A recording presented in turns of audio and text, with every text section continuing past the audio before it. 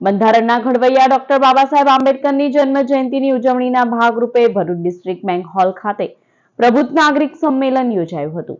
ગુજરાત પ્રદેશ ભાજપના સાઉથ ઝોનના media convener દીપિકાબેન Chavda અને રાજ્યસભાના પૂર્વ સાંસદ ભરતસિંહ પરમારની વિશેષ ઉપસ્થિતિમાં આયોજિત કાર્યક્રમમાં ધારાસભ્ય રીતેશ વસાવા અને ડીકે સ્વામી ઉપસ્થિત રહ્યા હતા। આ અવસરે ડોક્ટર બાબા સાહેબ આંબેડકરનું જીવન દર્શન અને વિચારધારાની વક્તાઓ દ્વારા સમજ આપવામાં આવી હતી। આ કાર્યક્રમનું આયોજન જિલ્લા ભાજપના અગ્રણીઓ કનુભાઈ પરમાર, ફતેહસિંહ ગોહિલ, અલ્પેશ પટેલ દ્વારા કરવામાં આવ્યું હતું। આ અવસરે મોટી સંખ્યામાં ભાજપ કાર્યકર ઉપસ્થિત રહ્યા હતા। બાબા સાહેબને અને એ ફક્ત દલિતોના નેતા નહોતા, હું પણ એ માનું છું।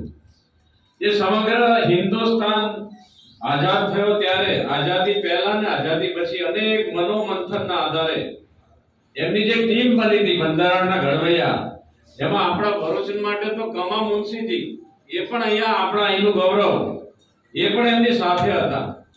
મિત્રો, બાબા સાહેબની પદવીઓ આપણે જોવા જઈશું ને તો એમણે ઓક્સફોર્ડ યુનિવર્સિટીની અંદર BA, LLB, LLM, સાયન્સ, અર્થશાસ્ત્ર એવા અનેક